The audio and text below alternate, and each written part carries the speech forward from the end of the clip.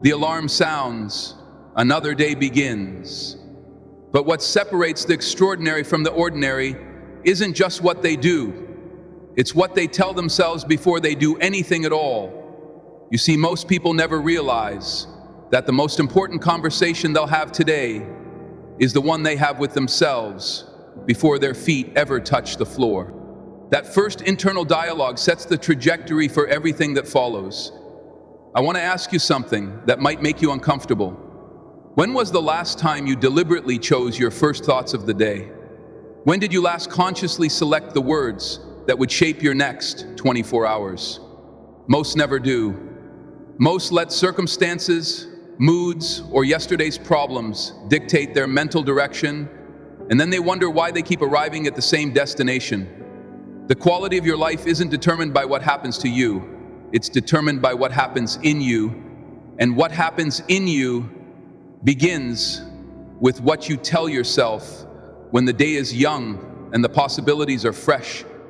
I learned this lesson the hard way. There was a time when my mornings were chaotic, reactive, not proactive. My mind would immediately race to problems, deadlines, worries. Before I'd even brush my teeth, I'd lived through a dozen potential disasters in my head. Is it any wonder I felt exhausted before noon? The change came when I realized something so simple, yet profound. I was letting my life be driven by default settings rather than deliberate choices. And the most powerful choice I could make was what to tell myself in those first critical moments of consciousness. Today I'm going to share with you the 5 statements that transformed my mornings, my days, and ultimately my life. These aren't just positive affirmations or empty phrases. They're commitments to yourself that fundamentally alter how you show up in the world.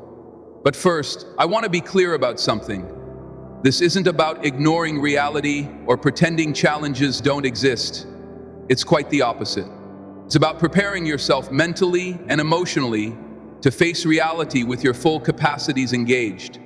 It's about arming yourself with the perspective that empowers rather than diminishes. So let's talk about the first thing you should tell yourself every morning, and it may surprise you because it's not what most motivational speakers would suggest.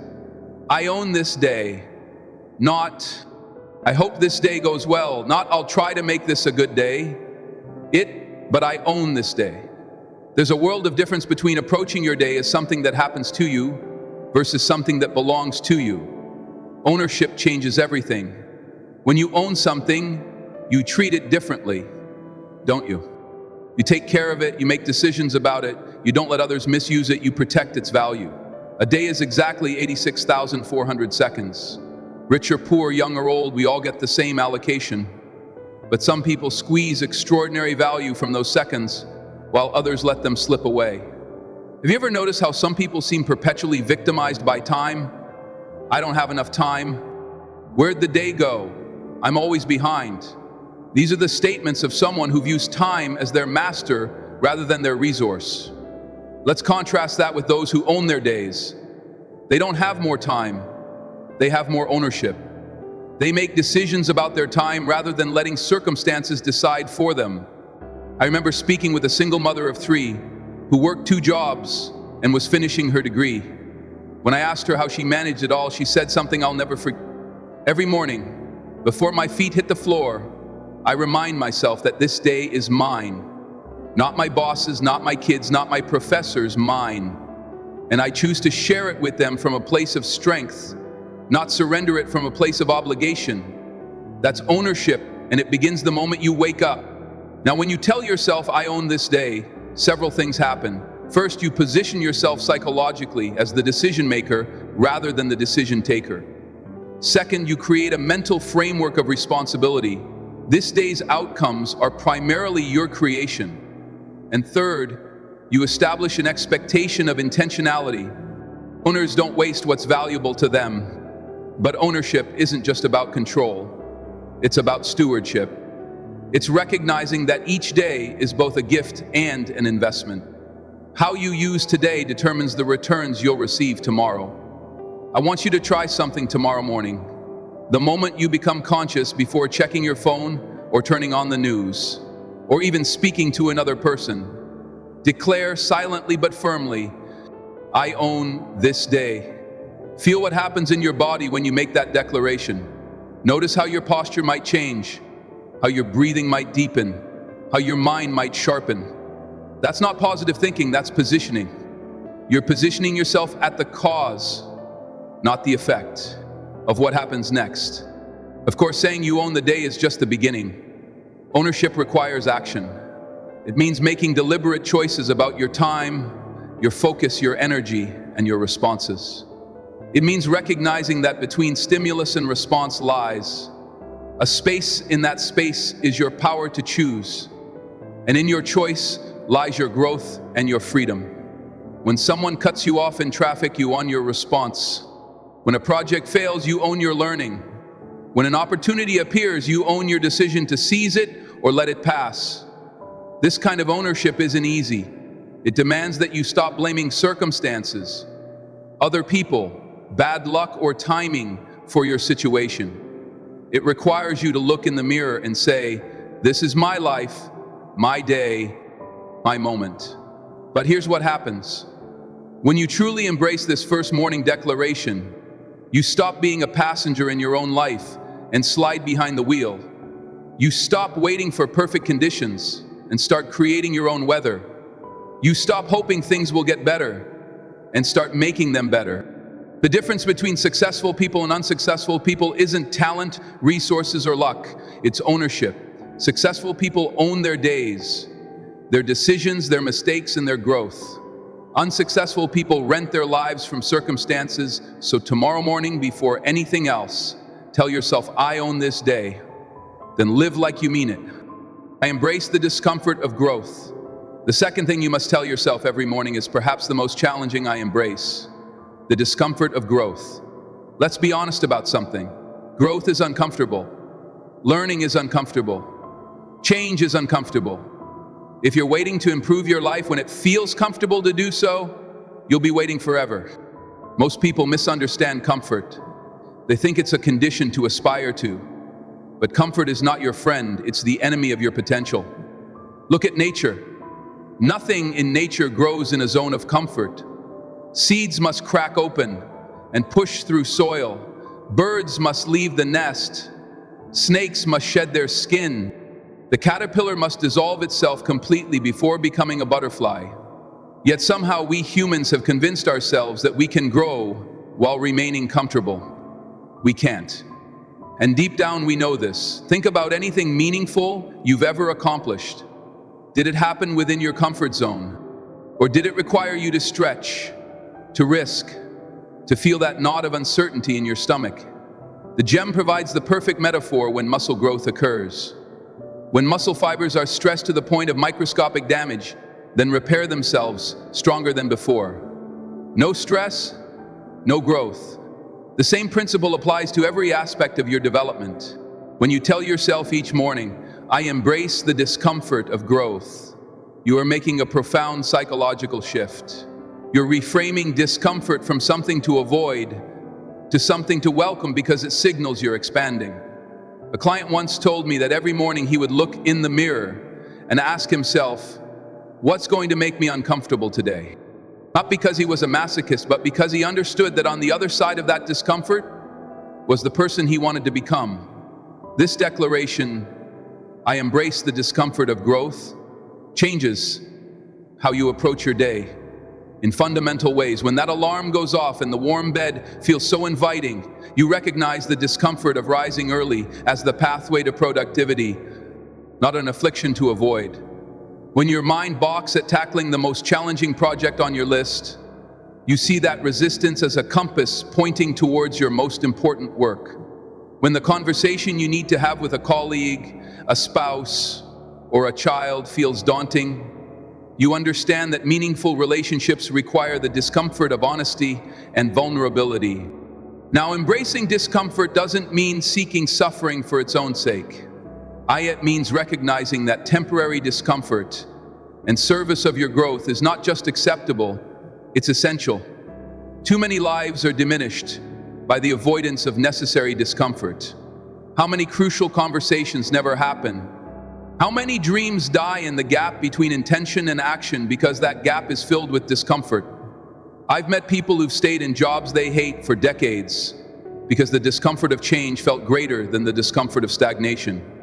I've known others who've remained in unhealthy relationships because the familiarity of dysfunction felt safer than the uncertainty of starting over. The tragedy isn't just that they suffered, it's that they suffered without purpose or progress. Comfort can be a cage we build around ourselves, bar by bar, day by day, choice by choice. Before long, the cage feels like protection, when it's actually limitation. What could your life become if every morning you reminded yourself that growth and comfort cannot coexist? What might you attempt? What risks might you take? What changes might you make? I'm reminded of a woman who attended one of my seminars. She was in her 60s and had just started a technology company, an industry where she had no experience and where she was often the oldest person in the room by 3 decades. I asked her how she handled a steep learning curve and the inevitable mistakes. She smiled and said, "Every morning I look in the mirror and say, today will be uncomfortable, and that's how I know I'm still growing. Then I get to work." She understood something vital. The discomfort never disappears. You just develop a different relationship with it.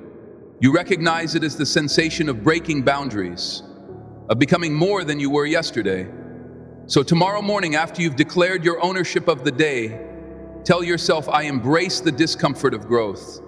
Then watch how that declaration transforms obstacles into opportunities. Because when you no longer fear discomfort, you become unstoppable. I focus on what I can control. The third declaration that must become part of your morning ritual addresses one of the greatest sources of frustration, anxiety, and wasted energy in our lives. It's simple but profound. I focus on what I can control. In this complex world, we are constantly bombarded with situations, news, and circumstances that affect us, but lie completely outside our sphere of influence. The economy fluctuates, the weather changes. Other people make decisions. We would make systems operate in ways we didn't design. And yet, how much of our mental and emotional energy do we invest in these uncontrollables? How often do we exhaust ourselves pushing against immovable walls? There's a fundamental law of effectiveness that too many ignore. Your impact is directly proportional to your focus on what you can actually influence. Think about a garden. A skilled gardener doesn't waste time worrying about last week's frost or tomorrow's temperature. They focus on what they can control: the quality of the soil, the spacing of the plants, the consistency of watering. The protection from your life is that garden. And each morning you have a choice about where to direct your precious attention and energy. When you tell yourself, "I focus on what I can control," you're establishing a filter for your day. You're declaring that you'll invest yourself where your investment can yield returns. This isn't about ignoring problems or being passive. It's about being strategic with your most valuable resources: your attention, your energy, and your effort. I once worked with an executive who was nearly incapacitated by anxiety over market conditions that threatened his industry. Every morning he woke up checking the latest economic indicators. By the time he reached his office, he was already mentally exhausted, and he hadn't yet done anything productive. I suggested a simple change to his morning routine. Before looking at any news or reports, he would take 5 minutes to write down what aspects of his business he could directly influence that day. Then he committed to focusing 8 of his energy on just those elements. The transformation was remarkable. Not only did his anxiety decrease, but his effectiveness increased. By concentrating his efforts where they could make a difference, he actually strengthened his company's position despite the challenging external environment. Now, focusing on what you can control requires honest self-assessment. We need to recognize the 3 concentric circles of our experience. The first circle contains what you can directly control: your thoughts, your words, your actions, your responses, how you prepare, how you spend your time, what you learn, who you associate with. That gains what you can influence. but not control. How others respond to you, the culture of your team, the performance of people you mentor, the outcomes of projects you contribute to. The third circle contains what you can neither control nor influence: the weather, the economy, most world events, other people's opinions and choices. The past effectiveness and peace of mind come from focusing primarily on the first circle, secondarily on the second, and accepting rather than fighting against the this morning declaration. I focus on what I can control becomes a compass that directs you toward productive action and away from unproductive worry. When a project isn't progressing as planned, it guides you to ask, what aspect of this can I directly impact today? When a relationship is strained, it prompts you to consider, what can I contribute to improving this? When circumstances seem overwhelming, it reminds you to identify the one small step within your power. I remember speaking with someone who had lost nearly everything in a natural disaster. I asked how she found the strength to rebuild. What she said: every morning I would ask myself, what one thing can I control today? Some days it was just my attitude. Other days it was making one phone call or filling out one form. But focusing on that one controllable thing kept me moving forward when everything else felt chaotic. That's the power of this declaration. It doesn't deny difficulties, it distills them down to what's actionable. Now, some might misinterpret this principle as an excuse for not caring about larger issues or not working towards systemic change. But that's not what we're talking about. You can care deeply about things beyond your control while focusing your energy on your point of greatest leverage. In fact, the most effective change makers in history understood this principle well. They didn't waste energy railing against all that was wrong. They identified precisely where they could exert influence and concentrated their efforts there. So tomorrow morning, after declaring your ownership of the day and your embrace of growth discomfort, tell yourself, I focus on what I can control. Then watch how your effectiveness multiplies as your frustration diminishes. Because when you stop pushing against walls that won't move, you find doors you never noticed before. I deliver value before I expect return. The fourth morning declaration speaks to a fundamental principle of success that goes against much of what our immediate gratification culture teaches. Every morning, you must tell yourself, I deliver value before I expect return. This principle is as old as civilization itself, yet remains revolutionary in its application. Most people have the equation backwards. They focus first on what they can get, then on what they can give. They wonder why opportunities seem limited. The relationships remain shallow, and rewards come slowly, if at all. The secret to abundance in any area of life is to reverse this, or give first, receive S. Now, I need to be clear about something. This isn't about martyrdom or being taken advantage of. It's about understanding a profound law of both human psychology and marketplace dynamics. Value precedes compensation. Think about it this way. In nature, the farmer must plant before harvesting. The effort comes before the reward, the input before the output. Yet so many approach their careers, relationships, and personal development with a harvest mentality before they've done any planning.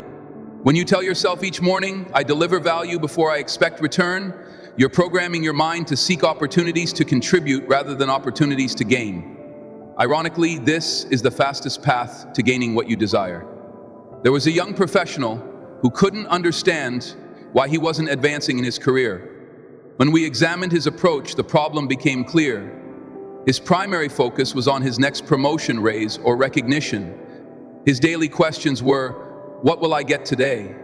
When will I be noticed? Why haven't they rewarded me?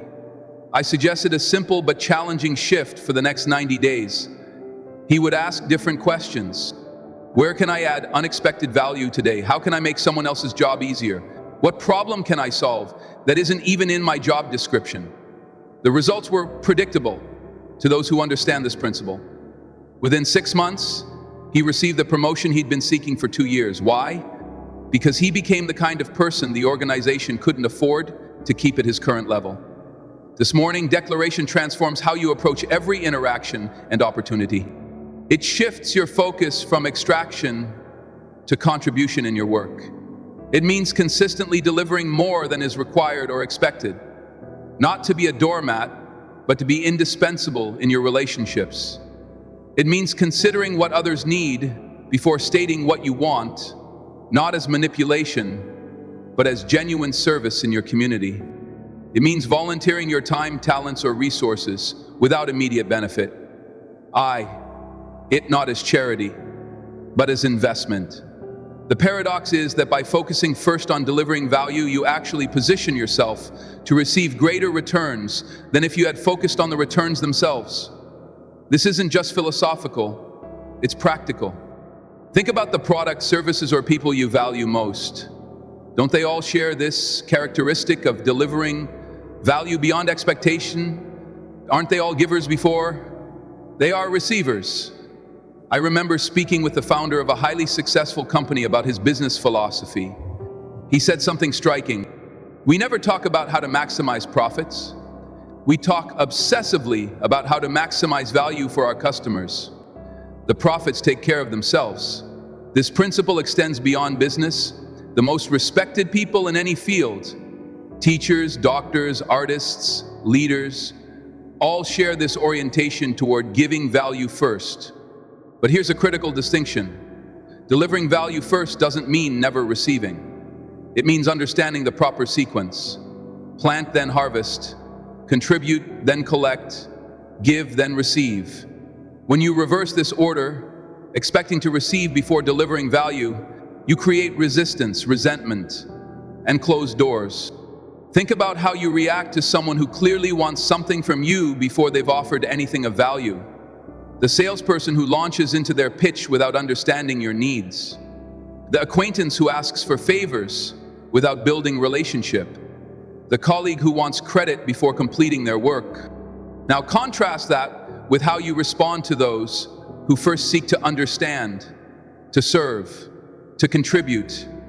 Your posture changes, doesn't it? You open rather than close. You engage rather than withdraw. That's the power of this fourth morning declaration. It positions you as a creator of value rather than merely a seeker of reward. And here's what's fascinating. When you consistently deliver value first, you rarely have to worry about the return. It tends to come back multiplied, because when you become known as someone who consistently gives value first, you never have to worry about what you'll receive. I'm grateful for what is while working toward what could be. The fifth and final declaration you must make every morning speaks to one of the most delicate balances in human psychology. I am grateful for what is while working toward what could be. This statement addresses a paradox many struggle with.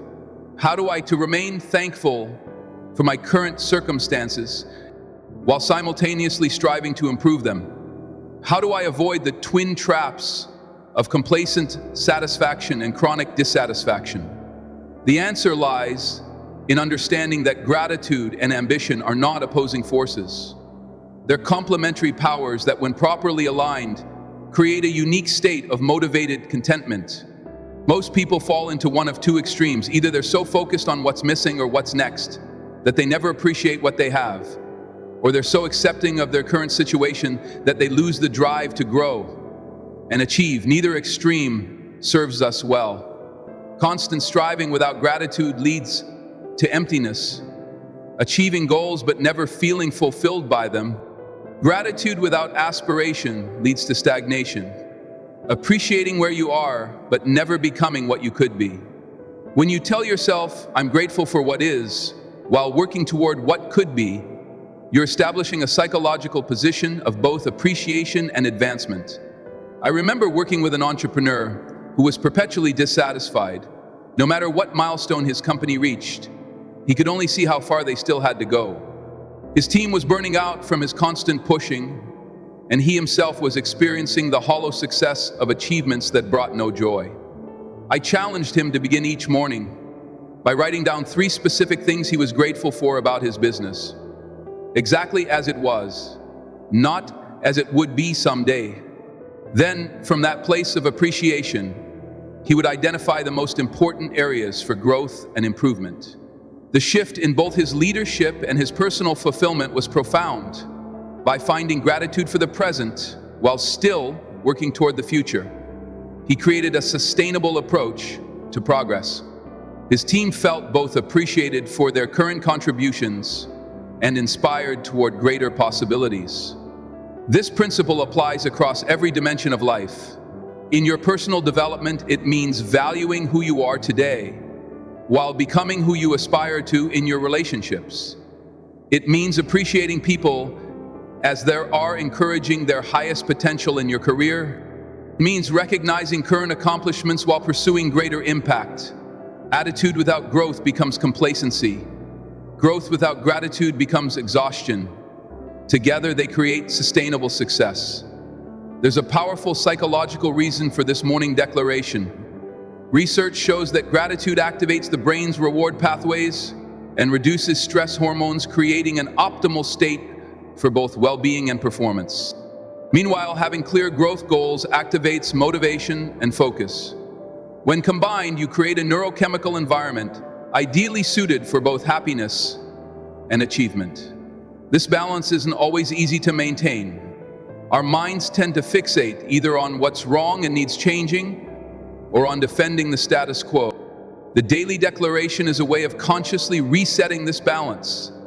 I'm reminded of a conversation with a woman who had overcome extraordinary obstacles in her life, despite childhood poverty, limited education, and early setbacks. She had created a life of meaning, contribution, and success. I asked her about her mindset through those challenges. She said, "Every morning I would take a moment to be genuinely thankful for exactly where I was. Even when where I was seemed terrible, I'd find something real to appreciate. Then I would look forward with determination, not desperation. Being grateful didn't mean I wanted to stay there. It just meant I wasn't fighting reality while trying to change it. That's wisdom. Fighting against what is creates tension and resistance that actually makes positive change more difficult. Accepting what is while envisioning what could be creates flow and possibility." So each morning after your first 4 declarations, tell yourself, "I am grateful for what is," while working toward what could be. Then identify specific aspects of your current reality to appreciate, alongside specific visions of what you're creating. Because the path to an extraordinary future begins with acknowledging the gift of your present, the power of your morning declarations. These 5 declarations, when made part of your daily morning ritual, have the power to fundamentally reshape your experience of life. They aren't magic spells or empty affirmations. They're positioning statements that place you in the optimal relationship with yourself, your circumstances, and your possibilities. Let's review there. I own this day. This positions you as the primary creative force in your life, not a victim of circumstances. I embrace the discomfort of growth.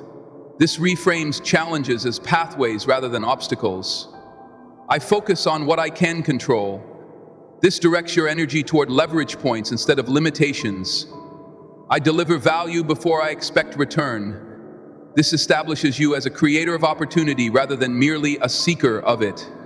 I am grateful for what is while working toward what could be. This balance is appreciation with aspiration. Together, these declarations create a mindset of empowered progress, acknowledging reality while creating possibility. Now, there's something important to understand about these morning declarations. Their power comes not just from saying them, but from living them. They must move from your lips to your decisions, from words to actions. The gap between knowing and doing is where most potential remains unfulfilled. Many will hear these principles, nod in agreement, perhaps even write them down, and then continue living exactly as they did before. But you have the opportunity to be different, to be among those who don't just consume wisdom but apply it, who don't just hear good ideas but embody them. What might your life become if these 5 declarations guided not just your mornings, but your moments? What might change in your work, your relationships, your health, your impact? The wonderful thing about personal transformation is that it doesn't require anyone else's permission or participation. It can begin with a decision, strength in practice, and compound through consistency. So tomorrow morning, when you first become conscious, before reaching for your phone or responding to any demand, give yourself the gift of these 5 declarations. Speak them to yourself with conviction. Feel their truth in your body. Imagine them shaping your coming hours. Then watch what happens, not just tomorrow, but as days become weeks and weeks become months. Watch how these simple statements consistently embrace begin to alter your decisions, your habits, your relationships, and ultimately your life. Because the extraordinary life you desire doesn't come from extraordinary circumstances. It comes from extraordinary thinking translated into ordinary days. And that translation begins first thing every morning with what you choose to tell yourself before the world tells you anything else.